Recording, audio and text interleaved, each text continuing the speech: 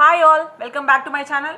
Already మనం SSC CGL previous year పేపర్స్లో English section అయితే డిస్కస్ చేసుకోవడం జరిగిందండి. లైక్ ఫస్ట్ 25 బిట్స్ అయితే డిస్కస్ చేసుకున్నాం. సో ఈ వీడియోలో మనం నెక్స్ట్ 25 బిట్స్ అనేది కవర్ చేసుకుందామండి. So let's begin with our next question అండి.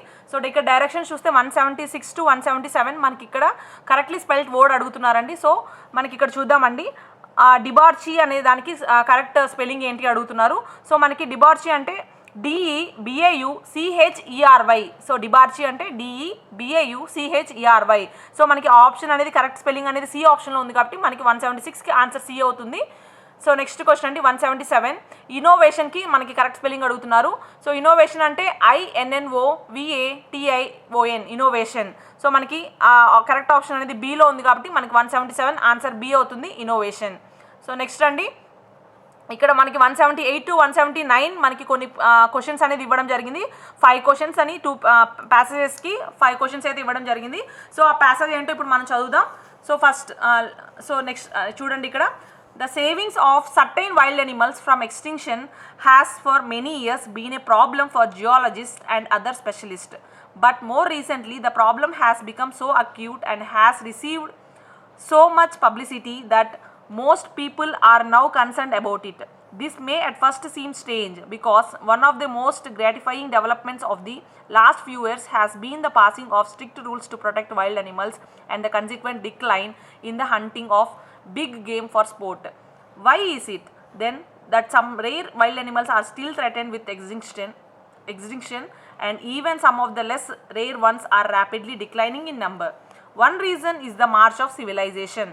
When an area is wholly cleared of vegetation to make room for new towns, factory sites or hydroelectric plant, the natural home of several species is destroyed.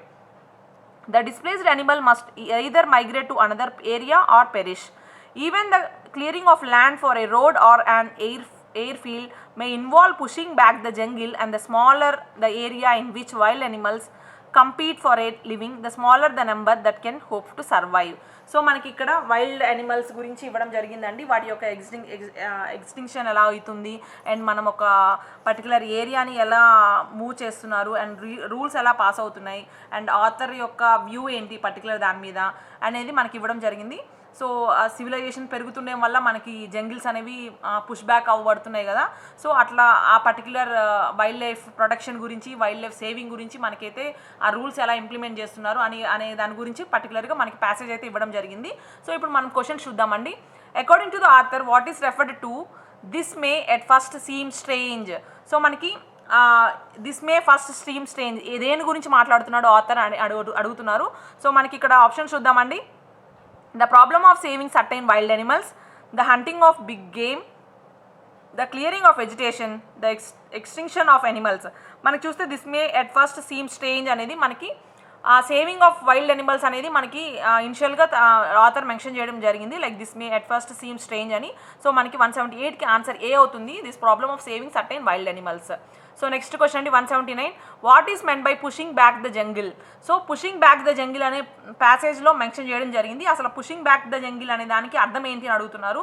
So మనకి clearing of vegetation to make towns and factory sites.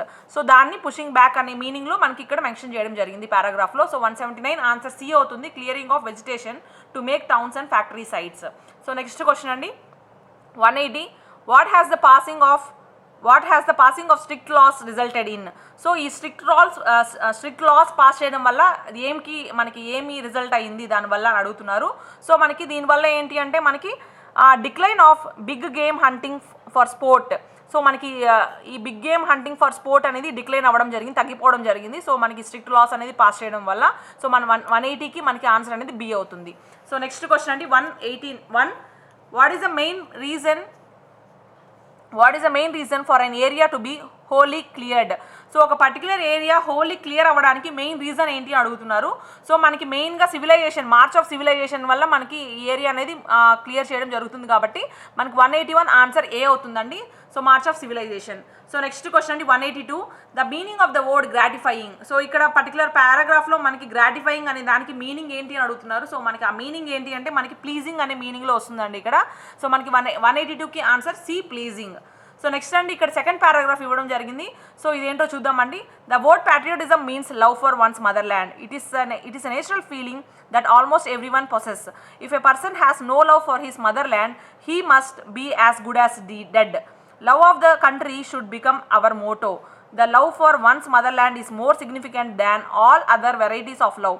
This love may be there because of the physical beauty of one's motherland, its landscape, fertility or rich natural resources.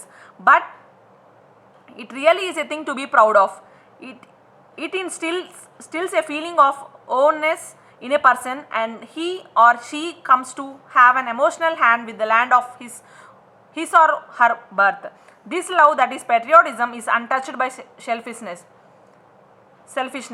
On the other hand, a patriot is always prepared to make sacrifices for his or her country.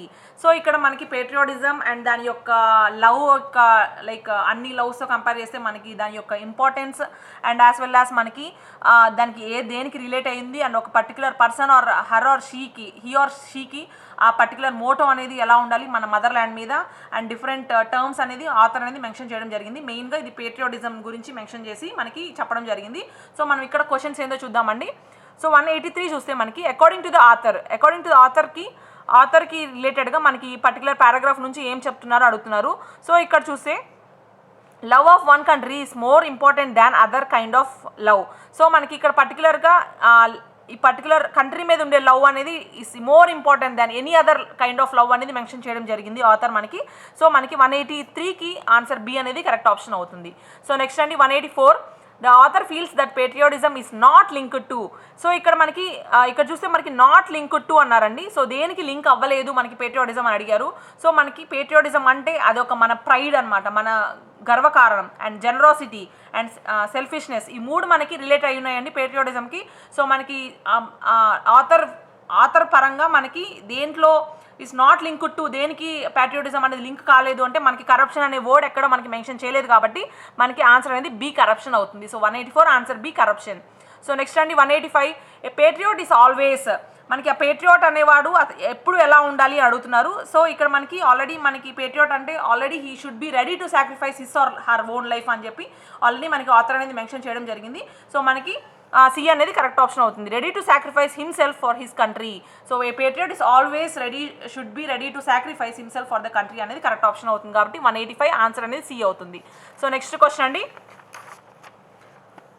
ఇక్కడ చూస్తే మనకి next question 186 అండి. We can pay homage to our patriots by. So మనం మన పేట్రియాట్స్కి like homage ఎలా pay చేస్తాం, మనం అది ఎలా పే చేస్తాం అని చెప్పి అడిగారు. సో ఇక్కడ ఆప్షన్ చూద్దామండి. Building memorials in their honour, making speeches in their praise, publishing their biographies, emulating them.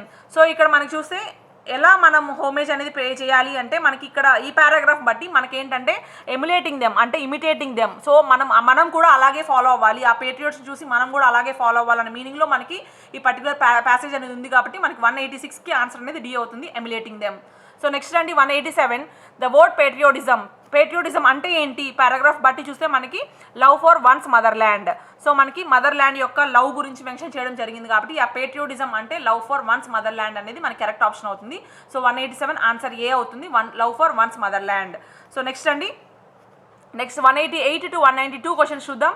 In the following questions ఇక్కడ మనకి ఎర్రర్ కరెక్షన్స్ అడుగుతున్నారు. సో ఇక్కడ ఎర్రర్ కరెక్షన్స్ ఏంటో చూద్దాం ఇప్పుడు. సో 188 అండి, the manager told the boys that one ought to work hard to earn his living.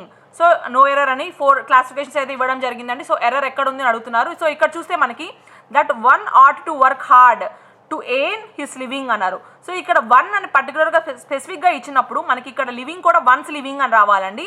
That one ought to work hard to earn once living. So ఇక్కడ మనకి error అనేది ఈ particular పార్ట్లో once అనేది రావాలండి ఇక్కడ. సో వన్స్ అనేది రావాలి కాబట్టి మనకి ఎర్రర్ అనేది థర్డ్ పార్ట్లో ఉంది కాబట్టి మనకి ఆన్సర్ అనేది 188కి ఆన్సర్ సి అవుతుంది. సో నెక్స్ట్ అండి 189, the Nile is said to be the longest than all other rivers in the eastern hemisphere. So ఇట్లా కంపారిజన్ చేసేటప్పుడు దాన్ అనేది వాడకూడదండి. సో మనం ఆఫ్ ఆల్ రివర్స్ అనేది వాడాలి. So the Nile is said to be the longest of all other rivers. So of అనేది use చేయాలి కాబట్టి మనకి ఎర్రర్ అనేది సెకండ్ పార్ట్లో ఉంది కాబట్టి మనకి ఆన్సర్ అనేది సెకండ్ అవుతుంది. సో దాన్ అనేది రీప్లేస్డ్ బై ఆఫ్ అవుతుంది.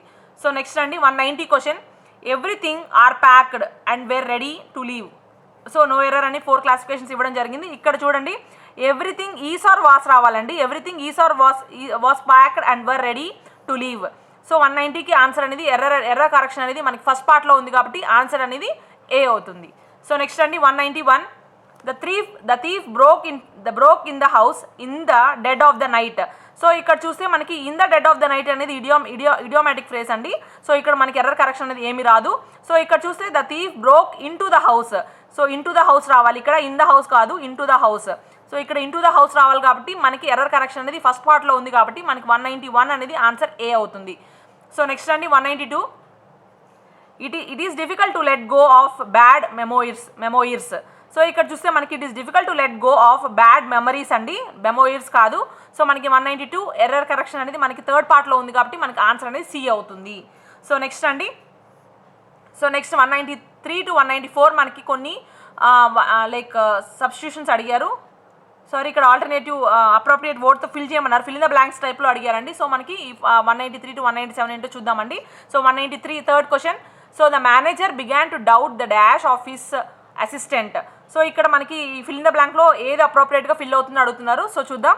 So the manager began to doubt credentials chances. The manager began to doubt the credentials of his assistant. So మనకి 193కి ఆన్సర్ సి అవుతుంది, క్రెడెన్షియల్స్.